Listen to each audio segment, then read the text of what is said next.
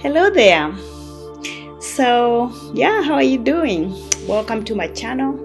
And today I actually want to talk about something that I guess I posted on social media and it has gotten a lot of engagement. So I decided I'm going to talk about it here. And I asked a question about, is it lack of faith that we are struggling with our mental, emotional health, or is it lack of understanding? Questions are very good because they get people to think. And the reason I ask that is because I find a lot of us Christians, when we struggle with mental health, when we go to get help or we talk about it with our friends, sometimes even with the pastor. And I'm not talking about the intentions. People's intentions are good, but how do you know that you can have good intentions but you're wrong? And that's what happens most of the times. I've had people tell me when they were struggling with depression, with anxiety, and with emotional struggles. A lot of people say they didn't have enough faith. They were looked at like second-class Christians. You know how we do? Like there are some more spiritual people. They think they are more spiritual. They can pray more. They have more faith and all that. And I don't know about that because maybe God doesn't even look at that. He looks at somebody that is really depending on Him and is authentic and comes to Him when they are struggling and is not even hard on themselves, and they don't even think they are strong. God wants us to come just the way we are. And so anyway, about our emotional and mental health, most often I have heard people say even they don't want to ask people for help in the Christian circles because of the way they are judged, because it makes you look like you don't have enough faith, like you don't know God enough like other people, and that is not necessarily true.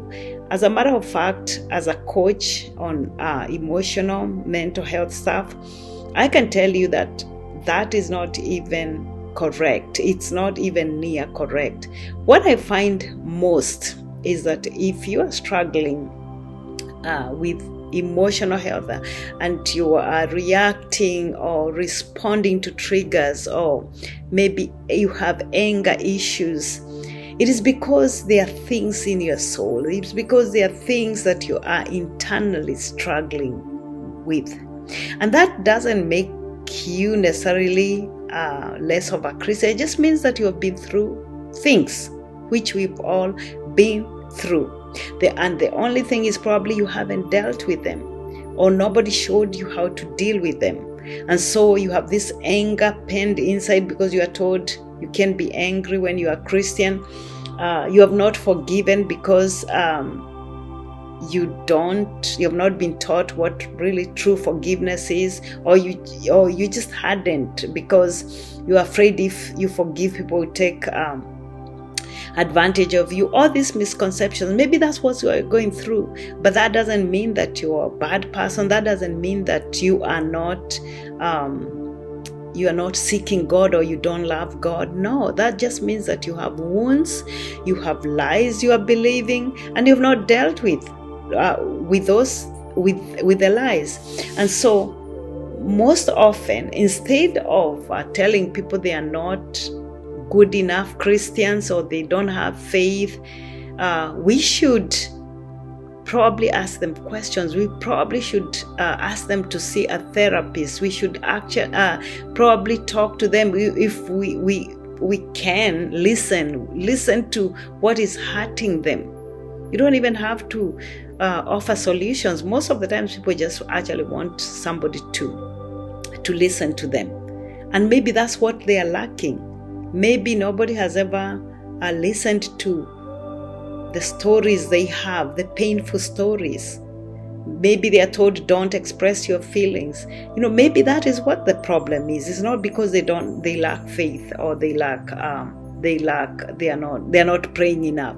As a matter of fact, it's very hard, and I know you know that, some of you, if you're honest. It's very hard to pray. It's even very hard to believe God when you are in pain, emotional pain. I'm talking about emotional pain. I'm talking about you're believing lies that you're not good enough. So it's gonna be hard for you to trust God. You're gonna see God in the wrong lens, and most of the times this is what's happening. Somebody maybe was abused by their earthly father, and now they're seeing God through that lens, and so they are unable to pray, or they're finding it difficult to pray. Maybe that's what's happening. Maybe they have not dealt with a mother wound, a father wound, all the things we've been talking about. And so I think this video I just wanted to make to encourage people that may be going through that, not to feel that that they have wronged God, or they are weak, or God looks at them differently. As a matter of fact, God has said, bring those things to Him. Bring them to Jesus so that you can rest. But the other thing too is to ask you to see a therapist, to see somebody that can help you heal those things. Because when you heal, when you start thinking right, you're gonna find that your prayer life is gonna be different. It's gonna change, and that's what the solution is.